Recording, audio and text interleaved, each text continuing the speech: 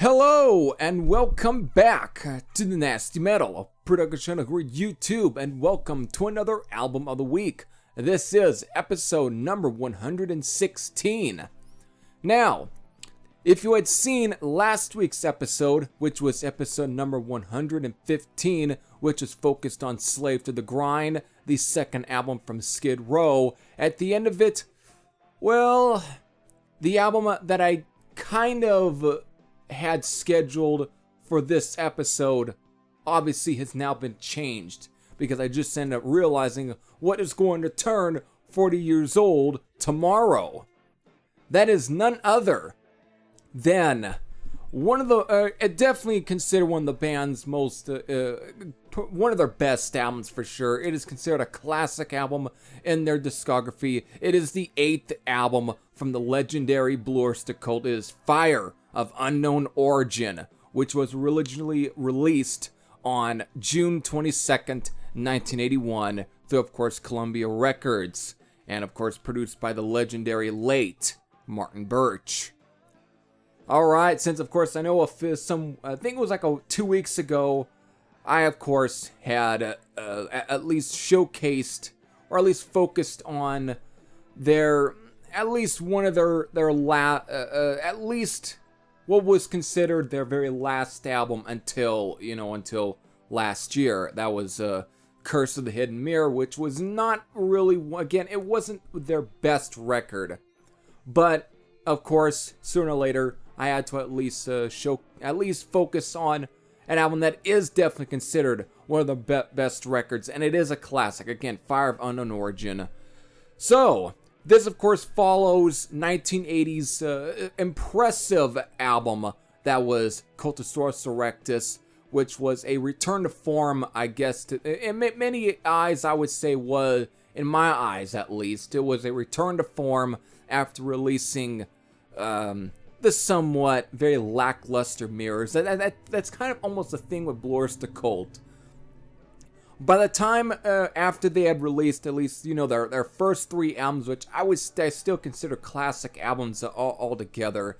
I mean, Tyranny and Mutation and Secret Treaties are definitely 2 great albums, and the debut is kind of up in that same same lineage there. At least it still is a classic record. I still put it next to those 2. Then after that, they released their I don't know. I'm kind of stuck using the term classic, at least, or the word classic. I'm still kind of stuck using this word here because of the live album On Your Feet and On Your Knees. I thought was a pretty good live record, but that definitely was an end of an era, because that was the end of their days as being a very underground kind of band before they start getting really big. Until after that album, they got big with Agents of Fortune, with, of course, their biggest hit, Don't Fear the Reaper. And that is definitely not a bad record, but I would not put that in the list of my favorite albums, though, from Öyster cult. If anything, I thought that, if anything, that was a little bit of a step down in terms of its quality. Like, it's a little too rated highly, I would say. Way too rated highly for its own good. I mean, besides a couple of decent songs, I don't think it really is deserving of its reputation. It's like, if the only big hit off that, or if its only recognition, I guess, is for one fucking song, then how big of a record was it? I guess I know that's probably a pretty bad argument, but I mean, if you're really to ask me, my absolute favorite song off that one is This Ain't the Summer of Love. And there's some nostalgic reasons for sure. And so, again, nostalgic reasons why I will say that is my favorite song off that album. And it's the only thing I actually really, really like off that album. Then, of course, it follows up with Spectres, which, for an album that gets panned as kind of being a little bit of a slump compared to Agents of Fortune, because it's not really nearly rated as highly. I mean, yes, it gave us the song Godzilla, which, alright, that's actually one of the first times I'll actually say I kind of I mean, the movie, the 1998 Matthew Broderick film, Godzilla, the one with him in it, that was pretty big at the time, but at least in terms of me knowing the significance and the history of Godzilla, and I guess, its importance in pop culture, I guess you can say. The song Godzilla, though, from Blue Öyster Cult, actually, I would say, kind of made me aware when I don't know, I'm trying certain words or analogies are not really coming to my head today for some reason. Anyways, again, it's importance. But as a record, I think if anything, I think I kind of like Spectres just a little bit more than Agents of Fortune. But still, I would not say it's anywhere near the first three. You can kind of see that when they really got signed to, where they really started to get really big. I wouldn't say when they got signed to a big major label, because they already were.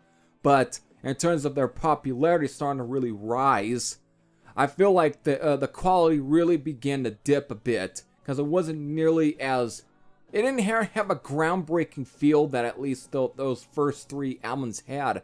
Something was missing, and I think it kind of, I think if anything, it hindered a little bit of the songwriting for those two records.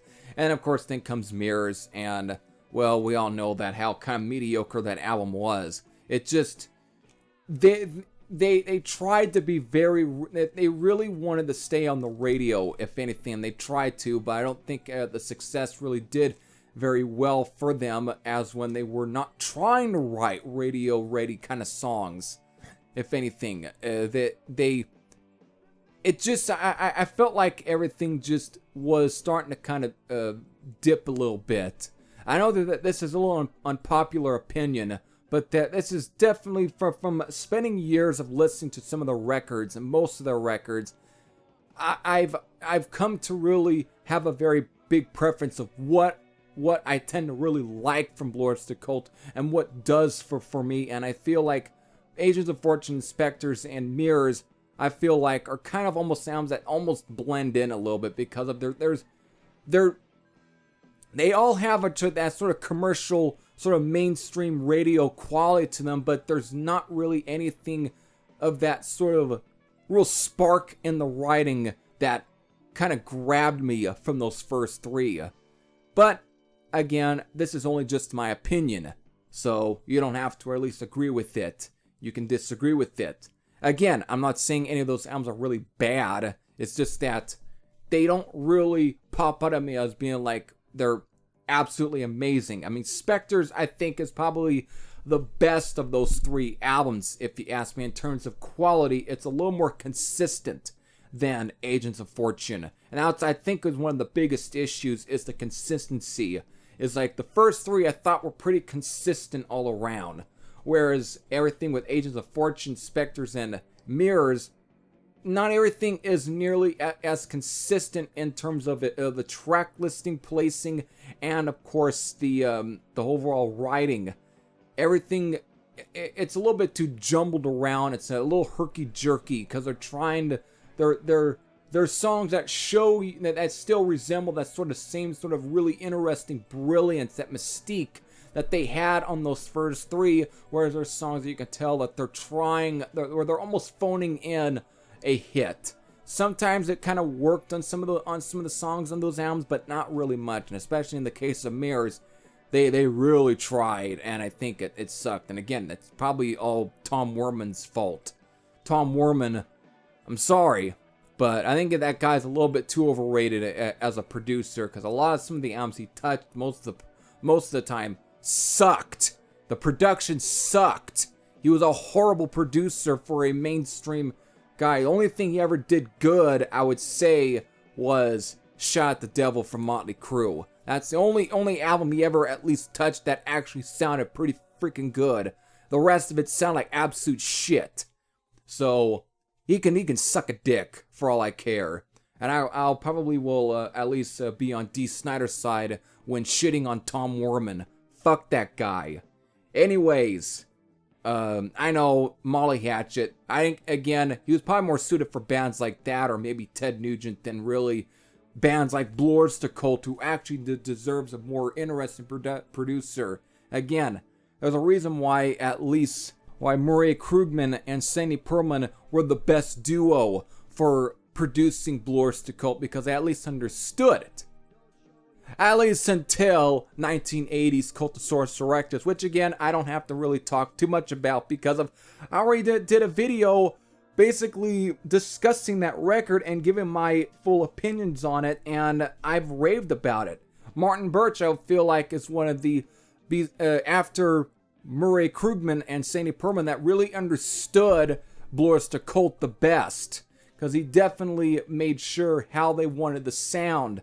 Like, again, he has a knack for really understanding what certain bands want to sound like, and he is able to at least to achieve that. I mean, the years of working with bands like Deep Purple and Richie Blackmore in general with Rainbow, and then Black Sabbath, and then finally Iron Maiden. He understood the bands. He understood their sound. Tom Werman didn't understand shit. Okay, he didn't understand absolute diddly fucking squat with any bands that he fucking had. He didn't really. I'm sorry. Yeah, but that right there should tell you something, where certain producers, if you're for recording or if you're a part of a certain genre or playing a certain genre, you kind of need a certain producer that might understand what you're doing. Okay, and that's where everything gels together, and everything it's that connection in a way. It's the gelling of personalities. If anything, it's just that you need that kind of that feel. If you don't get if there's not that chemistry between the producer and the band, it's going to sound very lopsided, and it's going to hurt the record. And I think in the cases with Tom Werman and Blue Öyster Cult, I don't think the personalities were really that greatly connected. That's why the Mirrors sound so disjointed as the album, because of the producer wants to get something from the band, but the band wants to do their own fucking thing, and it's why the personalities just clash to me. And that's where I think I'm like Mirrors suffered, whereas the combination of Martin Birch and Blue Öyster Cult just worked from there on, and Cultosaurus was the most rejuvenated album, and probably the best album since the first three, really, in terms of just its quality.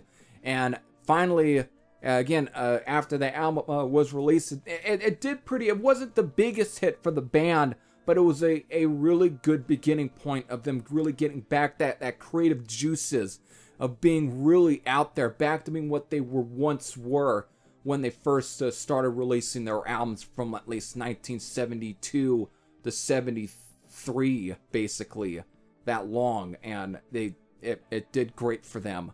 So, final, I guess, to 74, depending the year dates on, because Secret Treaties apparently, some sources say it was released in December of 1973, while some say it was probably released January or February of 1974. It's kind of weird there. Still, they're both, again, just that period from 1972 to 74.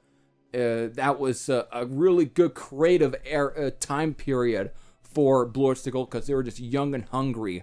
And an album like Cultosaurus Erectus really kind of reminded everybody at one point they really were just a very hungry band, and they sounded hungry.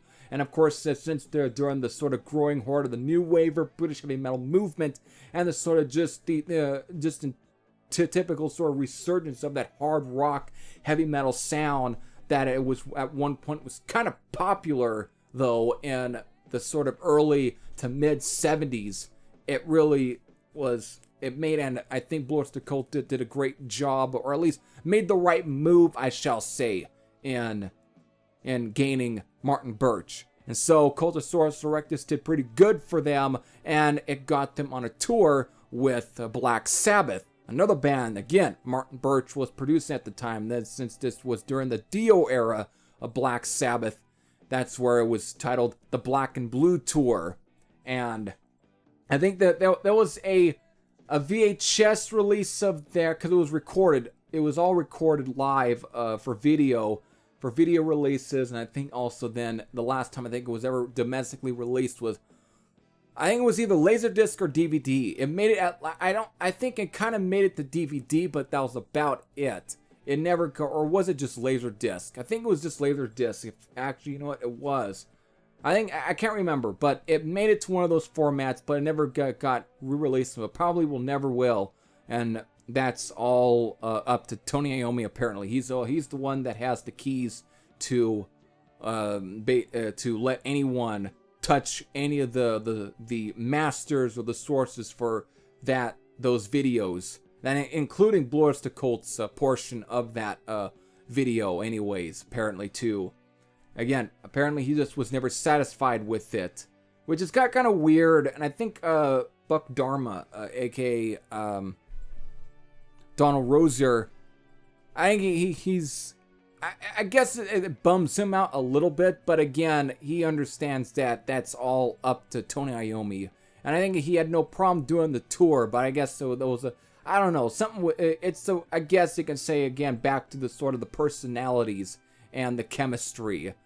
I mean, you talk about two bands. I mean, Blue Öyster Cult and Black Sabbath, who I at one point some people I think kind of, or a lot of review presses or whatnot, tried to pawn Blue Öyster Cult as the U.S. answer to Black Sabbath. They tried to do that, which is completely unfucking true. If you really listen to anything from Blue Öyster Cult, they at times sounded almost nothing like Black Sabbath. Even if there might have been a heaviness to it, there was not that. It was, I guess, dark in its writing, but really musically, it was a little more different compared to that. I don't know where some of them really got that. I would say, again, Bang, the obscure sort of 70s rock band from the early 70s.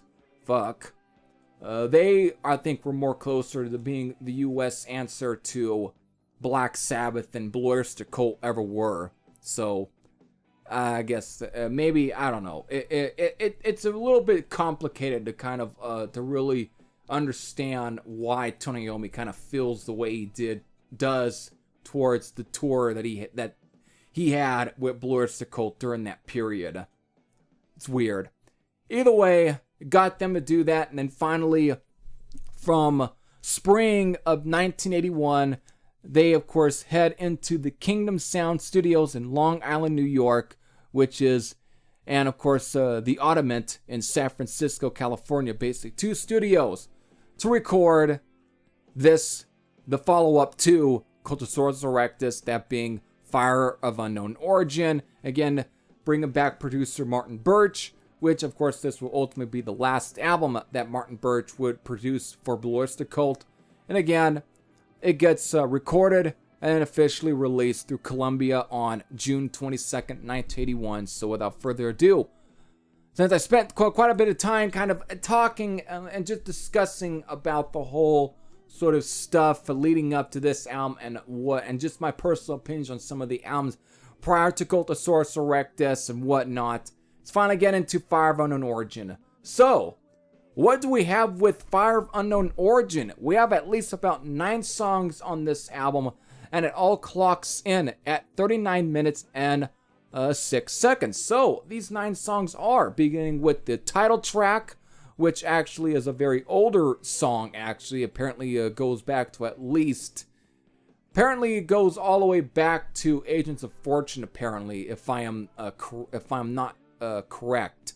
I decided to pull up also the track listing for Agents of Fortune on Wikipedia here, and yes, the 2001 CD reissue bonus tracks has the original version of Fire of Unknown Origin, so it definitely shows how old the song was. So it's a song that, again, finally made it onto an album. That definitely would happen years later with Curse of the Hidden Mirrors, which was a track that was originally recorded under the Stock Force Group name. So there we go. So after that, of course, comes with their biggest hit off this album, that being Burning for You. Then finally with their second very minor hit for them, that being Veteran of the Psychic Wars. Then Soul Survivor, Heavy Metal, The Black and Silver, Vengeance, The Pact, After Dark, Joan Crawford, and then finally ending with Don't Turn Your Back. So there's your 9 songs.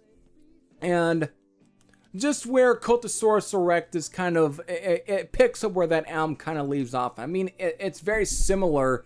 It still has a sort of very experimental, very almost 80s sound in terms of its overall style and atmosphere. But compared to Cultosaurus erectus, which I fucking love, this one, I guess you can say, is more straightforward compared to that one. That one does have some very, I guess you say, slight unevenness to it, but I think that added to the charm of that album. This one, it's more straightforward. A little rocks, a little harder, I guess you could say, and for the most part, I mean, the track like Burning For You being a very melodic song, and definitely the one that probably has the most hooks of it, is definitely has a nice rocking beat, but it's more of a melodic track, and it's definitely one of those that was perfect for Donald Rosier, aka Roser, aka Buck Dharma. And of course, then Heavy Metal, The Black and Silver is probably the heaviest song on the album. That is the heaviest. That one is probably the one that really rocks the hardest. Maybe along with Venge the Pact, which does have a more of a doomier feel going on to it. But again, very similar to anything off of the previous album, Cultosaurus erectus, but is a very fine track, and it is definitely a good track that also opens up well.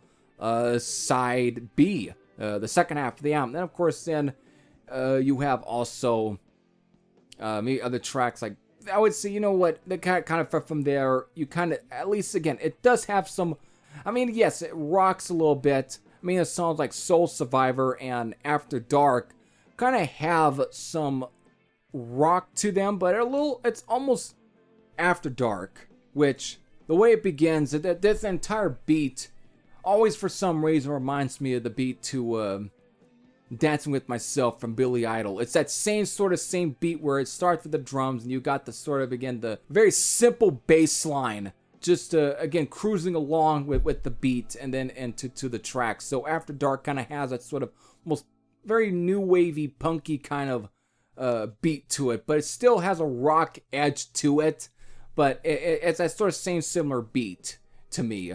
So it's interesting. Soul Survivor again probably is more AOR like in terms of the overall vibe of the track. So it's a very different sounding, but again, it's not really, it rocks, but again, it more of a very soft fashion, but it still is a very pretty good song in its own right, though not my favorite on the album. Again, I'll say Soul Survivor and After Dark are probably some of my least favorite songs off the album, but again, I can listen to them just fine. Still better than anything off of Mirrors. Then, of course, you have other tracks like Joan Crawford, and then Don't Turn Your Back, which again are more, very, very commercial sounding, but it has some very interesting substance to them that doesn't make it seem like it's all trying to be phoned in, that they need some sort of hit for, you know, like MTV, because of MTV was starting to become a thing at this time. It was becoming groundbreaking for its period, and that's what they wanted to kind of, it's not like they were trying to do that on purpose, but it just comes off that way. So they're fine. Of course, Joan Crawford was, according to Wikipedia, and I've never seen the music video for this track, but I do have to bring this one up, was a moderate success, again, reaching number 49 on the Billboard mainstream rock charts. However, the subject of the song is the actress of the same name, who had died 4 years before the song's release. And I can look up her Wikipedia page and when she actually had passed away, and that was May 10th, 1977. And the music, there was a music video that was created for the track, which is famously banned by MTV for featuring a sexually suggestive scene. Again, I haven't seen the music video, but it can't be that fucking suggestive. Again, then again, this is 1981. By nowadays standards, whatever that was probably considered sexually suggestive in probably 1981, who knows whether or not if it was actually blown out. I mean, they had a very hissy fit over that particular Queen song because of it's being very flamboyant, almost, I guess, gay-like, which they had a problem with. Yeah, that's a nice image for you, MTV, to be almost homophobic, I guess. Fucking assholes.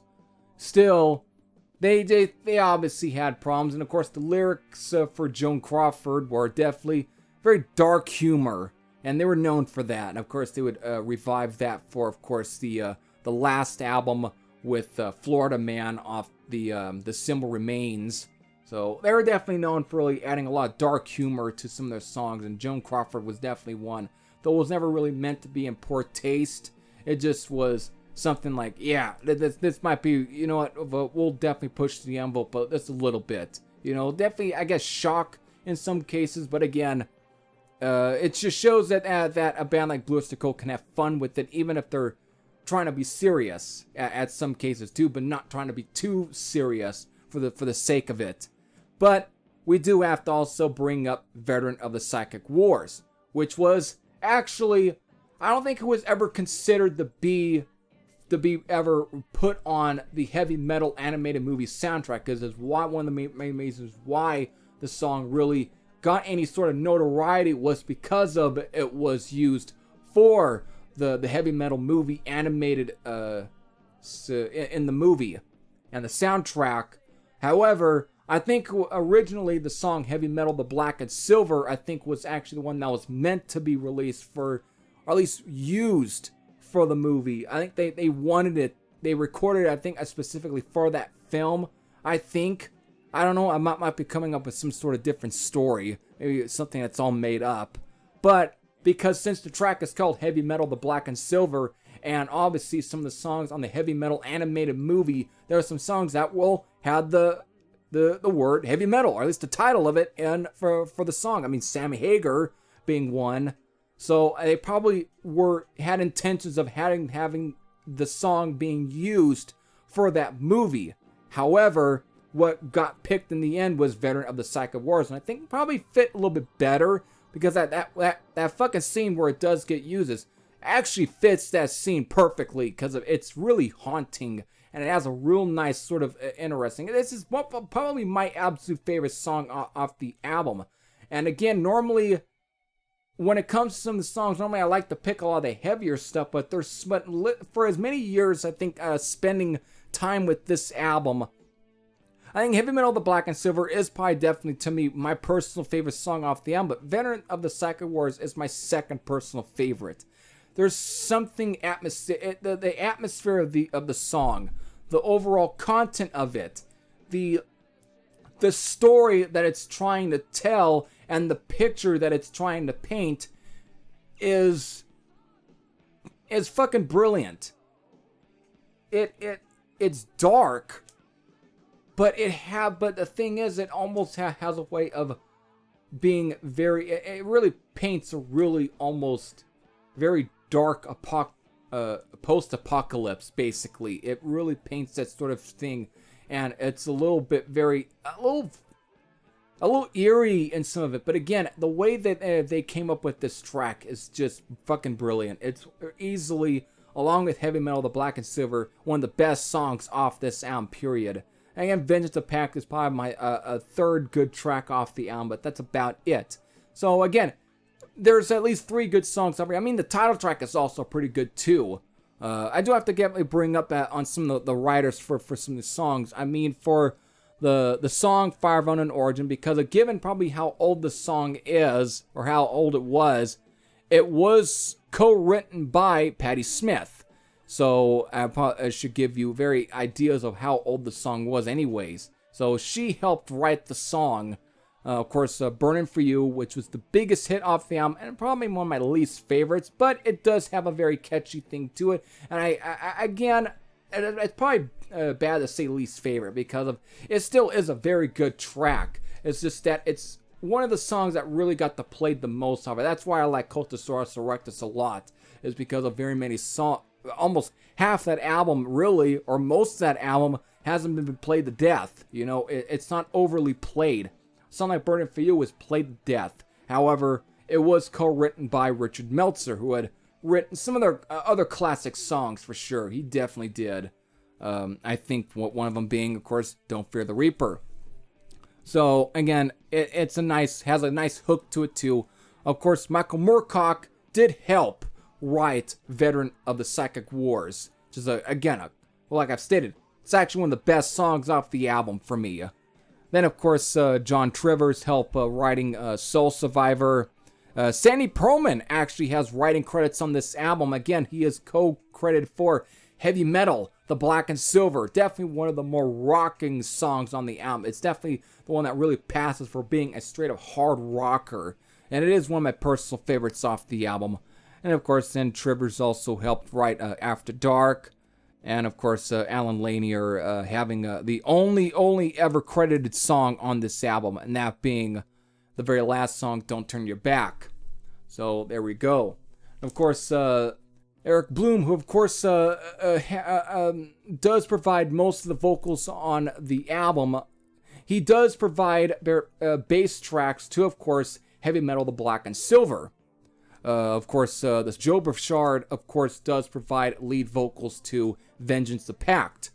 Also, should I be bringing up that Buck Dharma, Donald Roser, does also provide percussions on Veteran of the Psychic Wars and even bass and sound effects on Joan Crawford.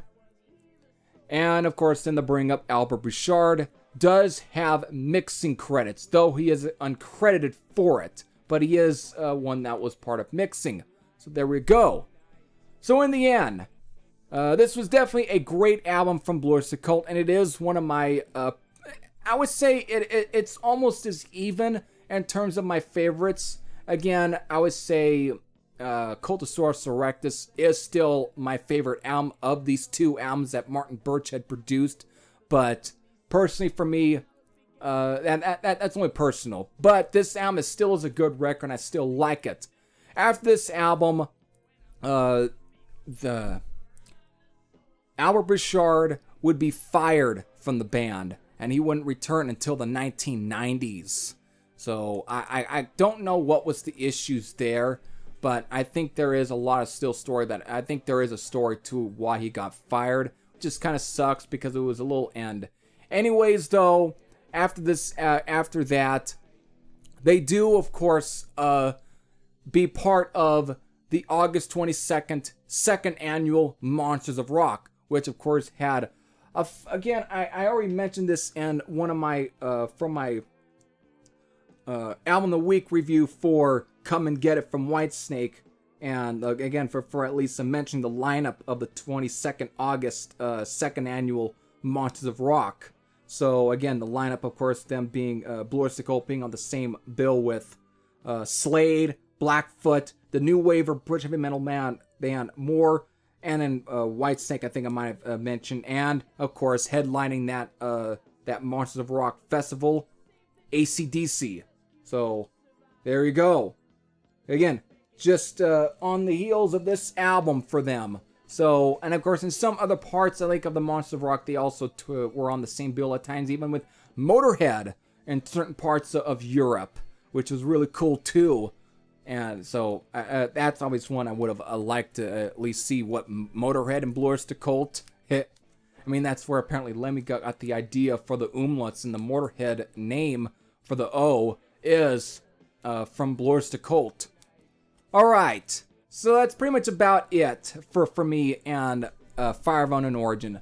So, again, this album was originally released on June 22nd, 1981, and tomorrow is June 22nd, so it is reaching its 40th anniversary. So, if you have any memories of this album, whether they be good, or positive or negative, you can leave them in the comments section below. But if you haven't even heard this album, you might have just been living under a rock because of it. This is definitely one of the Blue Öyster Cult albums you definitely should be checking out anyways. Again, it is a classic record. It did contain one of their biggest hits, for sure, besides Don't Fear the Reaper, Burning for You. So, there we go.